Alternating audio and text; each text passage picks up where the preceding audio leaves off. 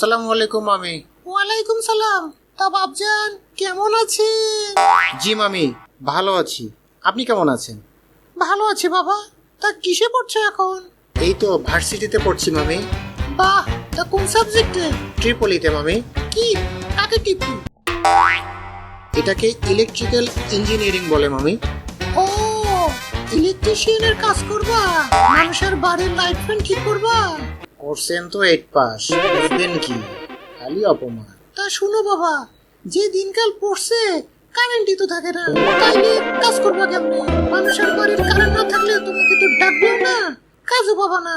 তোমার তো ভবিষ্যৎ দেখি পুরাই অন্ধকার। এই সাবজেক্ট চেঞ্জ করে ফেলো। জি মামি, চেঞ্জ করে ফেলবো। শোনো, কারেন্টের মিস্ত্রিদের এখন কোনো ভাত নাই, বুঝছো? তুমি পারলে ক্যাডার হও।